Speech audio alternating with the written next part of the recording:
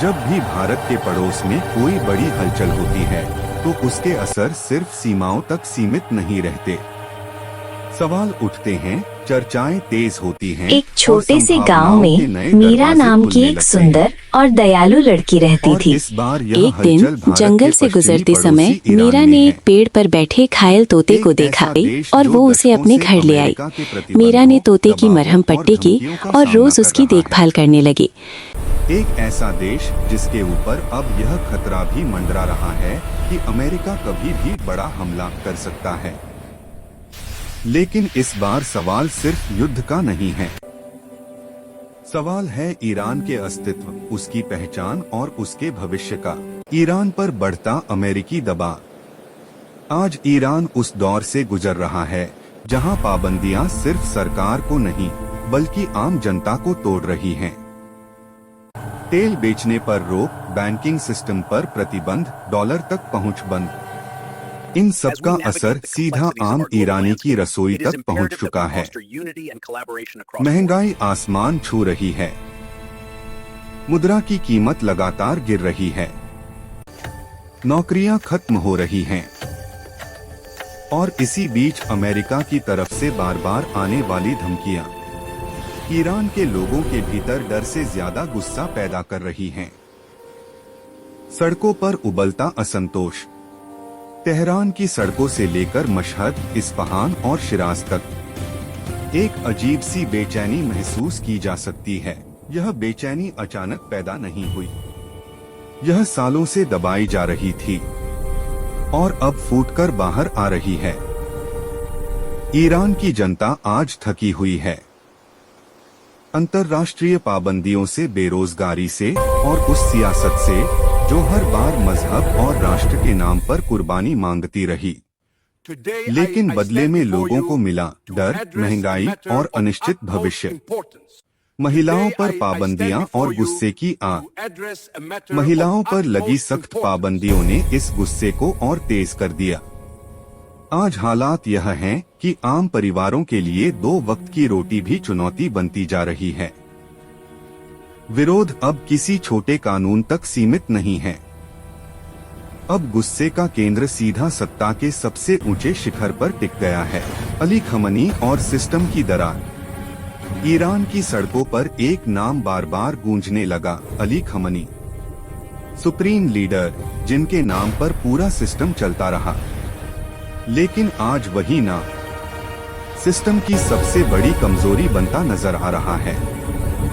नारे अब सिर्फ तानाशाही मुर्दाबाद तक सीमित नहीं हैं।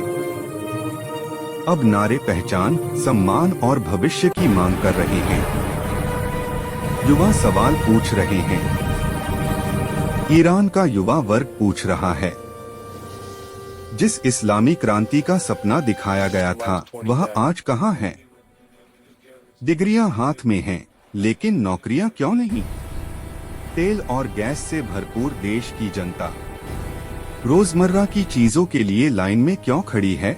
यही सवाल धीरे धीरे एक नई सोच को जन्म देने लगे। भारत की ओर उठती नजरें। इन्हीं सवालों के बीच एक चर्चा धीरे धीरे हवा में तैरने लगी। पहले यह सिर्फ फुसफुसाहट थी, लेकिन अब नारे बनने लगी। लोग तुलना करने लगे। वे भारत को देखने लगे एक ऐसे देश के रूप में जिसने तमाम दबावों, विविधताओं और चुनौतियों के बावजूद अपने फैसले खुद लिए। ईरान के आम लोगों का गुस्सा मजहब से नहीं बल्कि उस सिस्टम से है जिसने मजहब को ढाल बनाकर सवाल पूछने वालों को कुचल दिया। क्या ईरान का भारत के साथ होना गलत है? यहीं से कहानी ने नया मोड़ लिया। कुछ लोग पूछने लगे, क्या ईरान का भारत के साथ होना कोई बुराई है?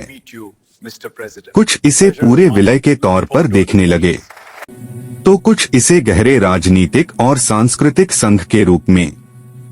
यह चर्चा अब सोशल मीडिया तक सीमित नहीं रही। चायखानों, बाजारों और घरों की बैठकों में खुलकर होने लगी।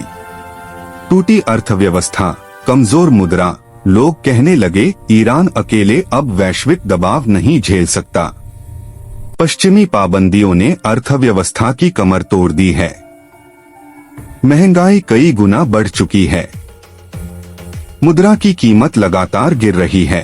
सरकारी आंकड़े कुछ भी कहें, जमीनी सच्चाई यह है कि आमदनी और खर्च के बीच की दूरी हर साल बढ़ रही है। भारत सिर्फ मजबूत नहीं, जुड़ा हुआ। ऐसे में भारत ईरान के लोगों को सिर्फ मजबूत देश नहीं बल्कि अपना देश लगने लगा, क्योंकि भारत और ईरान के रिश्ते सिर्फ आधुनिक राजनीति तक सीमित नहीं हैं। इनकी जड़ें हजारों साल पुरानी हैं। इतिहास की गहराई, इंडो ईरानी सभ्यता। बहुत कम लोग जानते हैं कि लगभग 2000 से 10,500 ईसा पूर्व मध्य एशिया की ऑक्सस घाटी में रहने वाले लोग एक ही समूह का हिस्सा थे। इन्हें कहा जाता था इंडो ईरानी, यानी भारत और ईरान के पूर्वज कभी एक ही सभ्यता का हिस्सा थे। भरोसे की एक वजह, आज भी कई ईरानी मानते हैं भारत ने उन्हें कभी धोखा नहीं दिया, ना सत्ता के नाम पर, ना मजहब के नाम पर। इसी भरोसे के कारण भारत का नाम उम्मीद के साथ लिया जाने लगा। सत्ता के भीतर की बेचैनी। इसी बीच खबरों की गलियों में एक और चर्चा तेज होने लगी। कहा जाने लगा सत्ता के भीतर भी असंतोष बढ़ रहा है। कुछ धार्मिक और राजनीतिक चेहरे अब खुलकर समर्थन नहीं कर रहे। बंद कमरों में बातचीत तेज हो चुकी थी और हर जगह एक ही सवाल, क्या मौजूदा सिस्टम अब टिक पाएगा? भारत से संपर्क की अफवाहें।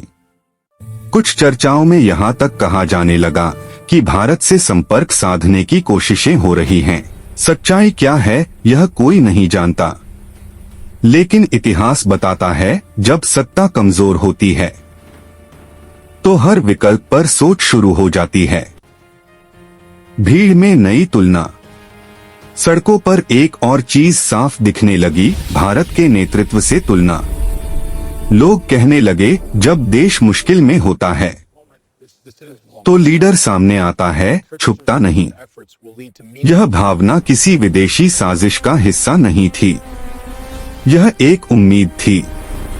भारत ईरान व्यापार की हकीकत। फिलहाल भारत और ईरान के रिश्तों में ऊर्जा सबसे बड़ा स्तंभ रही है। 2018 से 19 तक भारत हर साल ईरान से करीब 2 करोड़ टन कच्चा तेल आयात करता था।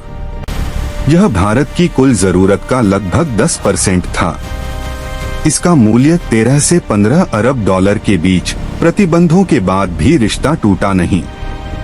अमेरिकी प्रतिबंधों के बाद भले ही कच्चे तेल का आयात लगभग शून्य हो गया, लेकिन रिश्ते पूरी तरह नहीं टूटे।